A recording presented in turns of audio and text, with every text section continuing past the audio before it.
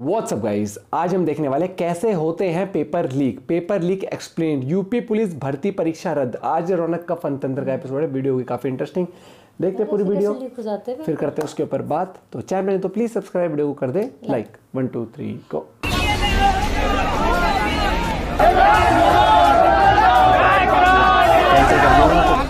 तो दोस्तों, आखिरकार लाखों स्टूडेंट्स का विरोध रंग लाया और यूपी सरकार ने यूपी पुलिस भर्ती परीक्षा रद्द कर दी। पेपर लीक की खबरों के 5 दिन के बाद इस परीक्षा को रद्द कर दिया गया और कहा गया कि पुलिस के अगली भर्ती परीक्षा सिर्फ 6 महीनों के अंदर दोबारा होगी। आपको बता दें, यूपी सरकार की पुलिस भर्ती बोर्ड ने 17 और 18 फरवरी को यूपी के 75 जिलों में 2 पालियों में पुलिस भर्ती की परीक्षा कंडक्ट की थी। पहली परीक्षा सुबह 10 से 12 बजे के बीच हुई और दूसरी पाली में परीक्षा दोपहर 3 से 5 बजे के बीच हुई। यूपी पुलिस के 60,244 पदों के लिए कुल 48 लाख से भी ज्यादा युवाओं ने हिस्सा लिया, जिसमें 16 लाख तो महिलाएं थी। 17 और 18 फरवरी के बीच यूपी के 2385 एग्जाम सेंटर्स पर यह परीक्षा हुई। अब सुनिए हुआ क्या। 17 फरवरी को जिस दिन पहला एग्जाम था, उसी दिन सुबह सोशल मीडिया पर कुछ पर्चे वायरल होने लगे। एक पर्चे में तो 150 में से 117 सवालों के सही जवाब थे, जो बड़ी अच्छी हैंडराइटिंग में लिखा हुआ था, और दूसरे पर्चे में 150 में से 150 सवालों के जवाब थे। 17 फरवरी की सुबह 9:30 बजे एक ट्विटर हैंडल से एक ट्वीट किया गया जिसमें लिखा था, क्या यूपीबी का पेपर लीक हो गया है? जिस वक्त यह ट्वीट किया गया उस वक्त तक परीक्षा शुरू नहीं हुई थी। इस ट्वीट के जवाब में यूपी पुलिस की फैक्ट चेक टीम ने 17 फरवरी को सुबह 11:37 पर ट्वीट करके इसे मिसलीडिंग इंफॉर्मेशन बता दिया। मगर 17 फरवरी को शाम 8:18 पर एग्जामपुर के नाम से यूट्यूब चैनल चलाने वाले विवेक कुमार ने ट्विटर पर पेपर लीक से जुड़े कई स्क्रीनशॉट शेयर किए और बाद में अपने चैनल पर इससे जुड़ा एक वीडियो भी शेयर किया। 17 के दोपहर में ये फॉरवर्ड मेनी टाइम्स लिखा रहा था। अभी आप इस पे लिखो। सुबह 8:42 का भी मैं आपको स्क्रीनशॉट दिखा रहा हूँ। ये पेपर 3 बजे से था। एक ये किसी का टेलीग्राम या व्हाट्सएप ग्रुप चलता है, आप इस पे देखोगे उसने इस खराब सी हैंडराइटिंग में ये 7:18 पे डाला है। इन ट्वीट्स और वीडियोस के सामने आते ही हंगामा मच गया, क्योंकि इस बीच बहुत सारे व्हाट्सएप ग्रुप और टेलीग्राम चैनल्स पर पेपर लीक होने की खबरें आने लगी थी। मगर भर्ती बोर्ड अभी भी पेपर लीक की खबर को सच मानने को तैयार नहीं था। उत्तर प्रदेश पुलिस भर्ती बोर्ड ने इन खबरों पर फिर से ट्वीट करके इसे अराजक तत्वों की हरकत बताया और यहां तक क्लेम कर दिया कि टेलीग्राम के एडिट ऑप्शन का यूज करके सोशल मीडिया पर पेपर लीक से जुड़ा झूठ फैलाया जा रहा है। मगर तब तक इतने सारे सबूत सामने आ चुके थे कि किसी के लिए भी उसे झूठा बताना पॉसिबल नहीं था। 150 तीनों की तीनों राइटिंग में, तीनों आंसर की पूरा में पेपर हमने डाल दिया। अब सभी लोग व्हाट्सएप पे अच्छे से चेक कर सकते हैं और बताइएगा कि हम लोग गलत है या सही है। पेपर लीक की खबरों के सामने आते ही लाखों बच्चों पर पहाड़ टूट पड़ा। आप उन बच्चों के दुख का अंदाजा लगाइए जो छोटे छोटे शहरों से लखनऊ और इलाहाबाद आकर 2-2 साल तक ऐसी परीक्षाओं की तैयारी कर रहे थे। बेहद मामूली घरों से आने के बावजूद ये बच्चे 1 साल की तैयारी में कम से कम 2 से 2.5 लाख खर्च कर चुके थे। वो बच्चे जो सुबह नाश्ता किए बिना कोचिंग पर चले जाते हैं, शाम को लौटते हैं तो अपना खाना खुद बनाते हैं। इस बीच अगर वो बीमार भी पड़ते हैं तो उनका ख्याल रखने वाला कोई नहीं होता। सुबह खाना खाते हैं तो शाम को खाना नहीं खाते हैं, दिन भर पढ़ते हैं, शाम रात में 10-10 बजे लाइब्रेरी से गए हैं हम लोग। इन सब के बावजूद ये बच्चे अपनी और अपने परिवार की तकदीर संवारने के लिए दिन रात तैयारी करते हैं और फाइनली जब परीक्षा का दिन आता है तो उन्हें अचानक से ये पता चलता है कि पेपर तो लीक हो गया। आप अंदाजा भी लगा सकते हैं ऐसी खबरों से इन बच्चों पर क्या गुजरती होगी, उनके हौसलों पर इसका क्या असर पड़ता होगा। इसी पेपर लीक से परेशान होकर 28 साल के ब्रजेश पाल ने अपनी जान दे दी। अपने आखिरी खत में उन्होंने लिखा कि मैं अब और जीना नहीं चाहता, मेरा मन भर गया है, मुझे किसी से कोई शिकायत नहीं है, हो सके तो मम्मी पापा मुझे माफ कर देना। मैंने अपनी बीएससी की डिग्री के सारे कागज जला दिए हैं। ऐसी पढ़ाई का क्या फायदा जो एक नौकरी न दिला सके। हमारी आधी जिंदगी पढ़ते पढ़ते निकल गई, इसलिए हमारा मन भर गया है। ये चिट्ठी लिखने के बाद ब्रजेश ने अपनी जान दे दी। दोस्तों, ये चिट्ठी एक मजबूर बेरोजगार युवा का दर्द नहीं बल्कि एक राष्ट्र और समाज के तौर पर हम सब के मुंह पर थप्पड़ है, तमाचा है। एक आदमी, एक मिडिल क्लास आदमी सोसाइटी से क्या चाहता है? यही चाह रहा था ना वो कि मैं मेहनत करता हूं और तुम अपनी इतनी बड़ी दुनिया में मुझे भी छोटी सी जगह दे दो, ताकि मैं भी इज्जत से सम्मान से अपनी लाइफ जी सकूं, इस लायक बन सकूं कि अपना और अपने माँ बाप का ख्याल रख सकूं। लेकिन वो समाज अगर ब्रजेश पाल जैसे युवाओं को ये लड़ाई लड़ने का हक भी न दे, ईमानदारी से एक परीक्षा भी न देने दे, तो बताइए वो इंसान कहां जाए। ब्रजेश पाल और उन्हीं की तरह लाखों युवा आखिर क्या कर सकते हैं, बताइए।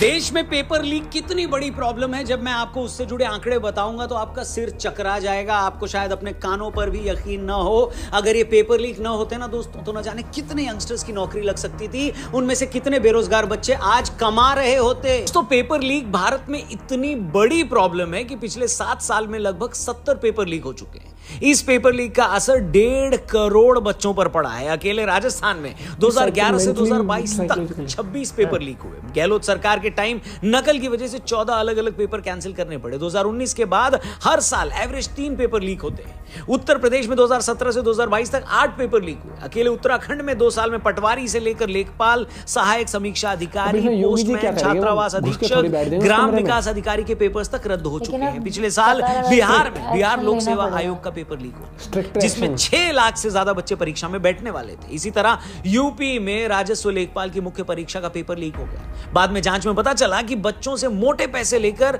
एग्जाम में सॉल्वर बिठाए गए थे। एग्जाम सेंटर पर ही नकल करने का सारा इंतजाम किया गया था। इससे पहले यूपी में ही टीटी की परीक्षा का पेपर वायरल हुआ। राजस्थान में पुलिस कांस्टेबल की परीक्षा का पेपर वायरल हो गया। 2021 में रीट परीक्षा के पेपर को लेकर पूरे देश में बवाल मच गया।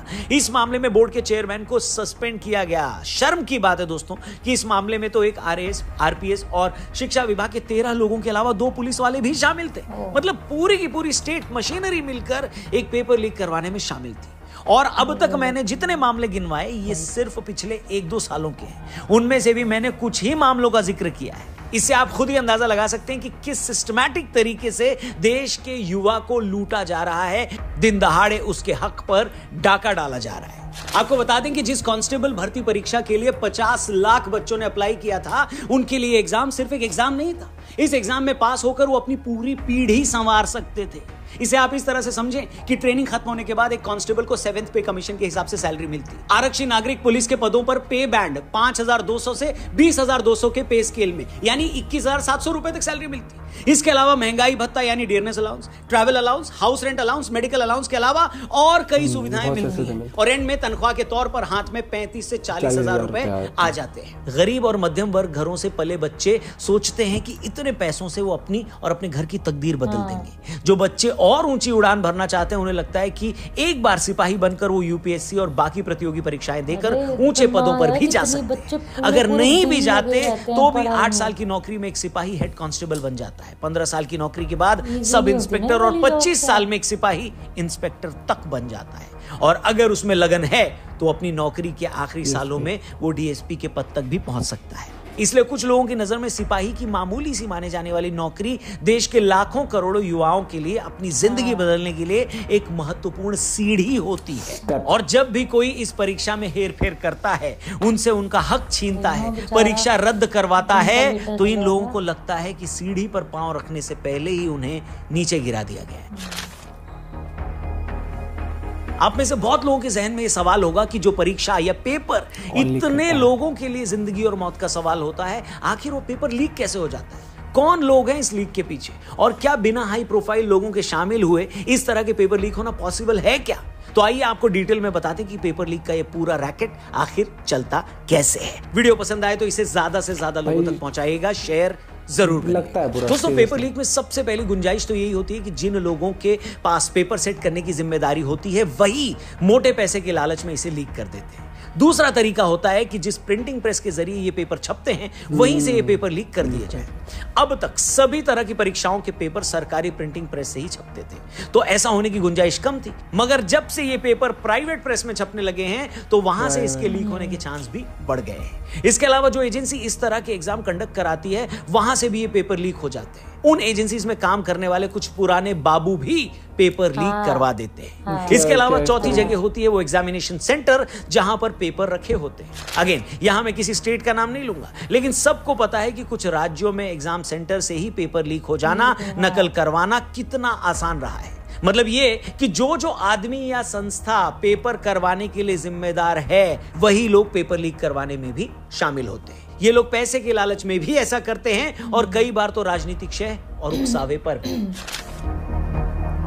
अब ये पावरफुल लोग परीक्षा के हिसाब से एक स्टूडेंट से 25 से 50 लाख रुपए लेकर पर्चे लीक कर देते हैं। अब एक स्टूडेंट के लिए अपने लेवल पर इतना पैसा देना पॉसिबल नहीं होता, तो वो कुछ और बच्चों को इसमें शामिल करवा लेता है। इस तरह बच्चों की चेन बन जाती है और कई बार ऐसा होता है कि एग्जाम की डेट आने तक वही पेपर 500-500 रुपए तक में भी बिकने लग जाता है। फिर व्हाट्सएप पर आ जाता है, टेलीग्राम पर आ जाता है, फिर चारों तरफ हल्ला हो जाता है और फिर पेपर रद्द करना पड़ता है। जिस उत्तर प्रदेश पुलिस भर्ती परीक्षा का पेपर अभी लीक हुआ, इसके पेपर भी आखिर में 100-100 रुपए में टेलीग्राम पर बिक रहे थे। कई सारे ऐसे टेलीग्राम ग्रुप है जो छाती ठोक के कह रहे हमने लीक कराया, 100-150 रुपए में पेपर बेच रहे थे वो, और वो लिख रहे हैं कि देखो पैसा खराब तो नहीं गया, जुड़े रहना इस टेलीग्राम से, आगे काम आएगा। मगर हैरान करने वाली बात यह है दोस्तों कि इतने पेपर लीक होने के बाद भी आपने इन मामलों में कितने लोगों को आज तक जेल जाते देखा है? बताइए। कितने बड़े लोगों की नौकरी जाते देखिए? बताइए। नहीं देखिए ना, लगभग न के बराबर। वो इसलिए क्योंकि ये सारा खेल बड़े ही वेल प्लान तरीके से खेला जाता है। पेपर लीक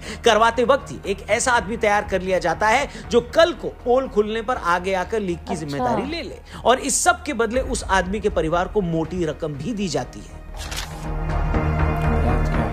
पेपर लीक की इसी बीमारी या यूं कहें कि इस अपराध को रोकने के लिए इसी महीने के शुरू में केंद्र सरकार लोक परीक्षा विधेयक 2024 लेकर आई। इस विधेयक के मुताबिक सामूहिक तौर पर नकल करवाना गैर जमानती अपराध होगा। अगर कोई नकल करता पकड़ा गया तो उसे 3 साल की सजा और 10 लाख तक जुर्माना भरना होगा। पर्चा लीक में अगर कोई बड़ा रैकेट शामिल है तो उस पर 1 करोड़ रुपए तक का जुर्माना और 10 साल तक की जेल हो सकती है उसे। इसके अलावा विधेयक में एक नई जांच समिति बनाने का भी प्रस्ताव रखा गया है। यह समिति एग्जाम प्रोसेस को और सुरक्षित बनाने पर सुझाव देगी। विधेयक के दायरे में यूपीएससी, एसएससी, रेलवे की ओर से आयोजित प्रतियोगी परीक्षाएं, बैंकिंग भर्ती परीक्षाएं और राष्ट्रीय परीक्षण एजेंसी की ओर से आयोजित सभी कंप्यूटर आधारित परीक्षाएं आएंगी। देखिए, विधेयक तो आ गया, मगर फिर भी इन सब से ऊपर है पेपर करवाने से जुड़े लोगों की खुद की इंटीग्रिटी। फिर चाहे वो पेपर सेट करने वाला पैनल हो, पेपर करवाने वाली एजेंसी हो या परीक्षा केंद्र में बैठे लोग। जब तक ये लोग अपनी रिस्पॉन्सिबिलिटी नहीं समझेंगे, इस बात का एहसास नहीं करेंगे कि पेपर लीक या नकल करवा के वो न जाने कितने लोगों का भरोसा तोड़ रहे हैं, तब तक कुछ भी बदलने वाला नहीं है। उन्हें यह समझना होगा कि पेपर लीक करवाना, नकल करवाना कोई पर्सनल करप्शन नहीं है, बल्कि करोड़ों युवाओं के सपनों का कत्ल करना है। उन युवाओं के अरमानों पर डाका डालना है जो परीक्षा में बैठने से पहले न जाने कितने सपने देखते हैं। उन सपनों को पूरा करने के लिए न जाने कितने घंटे खपाते हैं, अपना कितना शरीर तपाते हैं, जलाते हैं, अपनी मेहनत से माँ बाप के दिल में दिन बदलने की उम्मीद जगाते हैं। और जब ऐसे बच्चे परीक्षा में नहीं बैठ पाते तो सोचिए उन पर और उनके परिवार पर क्या बीतती होगी। क्या हम लोग लावारिस हैं? क्या हम लोग लावारिस हैं देश साहब के लिए? अगर हम कुछ कह रहे हैं तो हमारी बात का वैल्यू तो करिए। आज नकल माफियाओं के चलते ऐसा लग रहा है कि अगर दुनिया में कोई सबसे बेवकूफ आदमी हो तो छात्र है। पेपर में नकल करवाने वाले, पर्चा लीक करवाने वाले, हो सकता है ऐसा करके वो लाखों करोड़ों कमा लें। इस पैसे से हो सकता है वो अपने बच्चों को पढ़ने के लिए भारत से बाहर भेज देते हो, दुनिया की हर लग्जरी उनके लिए खरीद लें। मगर इन लोगों की यह हरकत इस दुनिया से ब्रजेश पाल जैसे न जाने कितने नौजवानों की जिंदगी छीन लेती है। वो ब्रजेश पाल जो अपने लिए लखनऊ के किसी पॉश इलाके में बंगला नहीं चाहता था, वो ब्रजेश पाल जो खुद के लिए कोई महंगी गाड़ी की भी चाहत नहीं रखता था, वो गोवा या मनाली में कोई हॉलिडे होम भी नहीं बनाना चाहता था।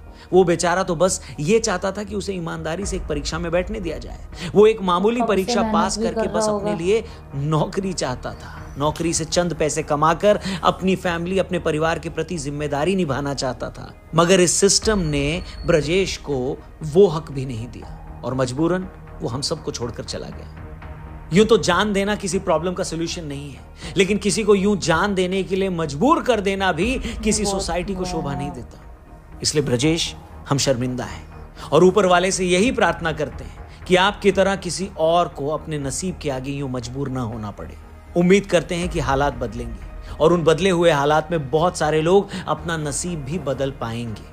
और इसके अलावा क्या ही कहें, अभी के लिए इतना ही। बाकी आपको क्या लगता है पेपर लीक की इस प्रॉब्लम का सॉल्यूशन क्या है? कौन लोग हैं इसके लिए रिस्पॉन्सिबल? आपकी जो भी राय है कमेंट करके हमें जरूर बताएं। वीडियो सही लगी हो तो इसे और भी लोगों तक पहुंचाएं, इसे प्लीज जरूर शेयर करिएगा और हमारे चैनल को भी सब्सक्राइब करिएगा। और हाँ, एक बच्चा यार कॉम्पिटिटिव एग्जाम में कोई भी हो रातों रात मेहनत करता है। एक स्कूल में भी जब बच्चे के पेपर होते हैं इतना यार, स्कूल की तो मैं एक नॉर्मल सी बात है, स्कूल में तो अगर मान लो हम तो स्कूल का एग्जाम देते थे, भाई अगर ऐसा बता दें पेपर रीटेस्ट होगा तो हम तो भैया ऐसा बात है यार, एक तो बड़ी मुश्किल से तैयारी करी थी। और ये वाले तो वो एग्जाम होते हैं कि बच्चे कब से प्रिपेयर कर रहे होते हैं, कितनी मेहनत कर रहे दिन रात के होते, रिवीजन होता है, हर एक चीज होती है। और इस पता क्या, मैंने एक चीज आप देखी जब तक कठोर सजा नहीं करोगे ना, जब तक धीरे धीरे करके हर एग्जाम्पल चीज पे आपको आप सेट वो करना कर रहे हो पड़ेगा ना। हाँ, तो इस चीज पे भी आप देख, जैसे ईव टीजिंग हो गई एक तरह से, इस पे कितनी वो है यूपी या कहीं पे भी कि इस उस पे तुम लड़की छोड़ो अगले, समझ रहे हैं। तो मुझे लगता है इन चीजों के लिए भी ना सिर्फ यूपी नहीं, हर जस्टिस नहीं, क्योंकि मास लेवल पर कितने लोगों कितने बच्चों के साथ धोखा हो रहा है। और वो मुझे लगता है अगर इतने बड़े बड़े स्कैम सामने आते हैं ये हैं, ठीक है, तो इनके लिए भी कुछ ऐसा स्ट्रांग वो करना ही पड़ेगा इन्हें। भाई देखो, चाहे स्कैम हो, चाहे पेपर लीक हो, चाहे कोई भी सजा जब तक एक्सट्रीम लेवल की नहीं होगी ना, खौफ नहीं बैठेगा। और फिर मुझे लगता है कि आप सजाएं कितनी भी दे लो, कितने लोग शामिल हैं हमें यही नहीं पता लग पाता कई बार तो।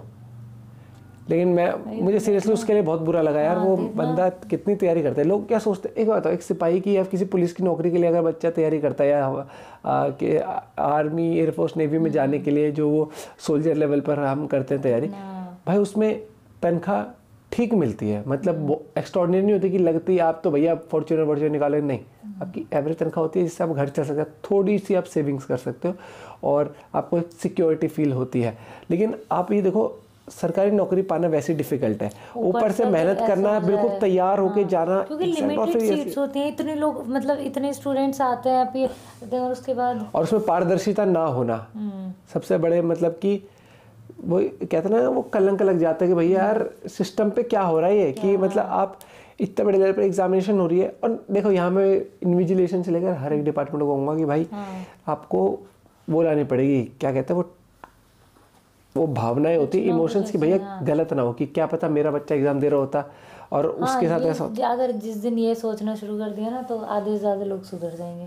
बहुत बड़े तरीके से जो पूरा मामला उसको एक्सप्लेन किया है अर्जुन ने, और आप अपना पॉइंट ऑफ व्यू भी शेयर कर सकते हैं। बाकी देखो, ये सजा का प्लान कर देना वो समाधान बात की बात है, लेकिन वो चीज़ होने से ही बचे, उसका क्या समाधान है, उसके ऊपर सबसे पहले वर्क करना चाहिए। मिलते हैं आपसे वीडियो के साथ, बाय बाय, टेक केयर।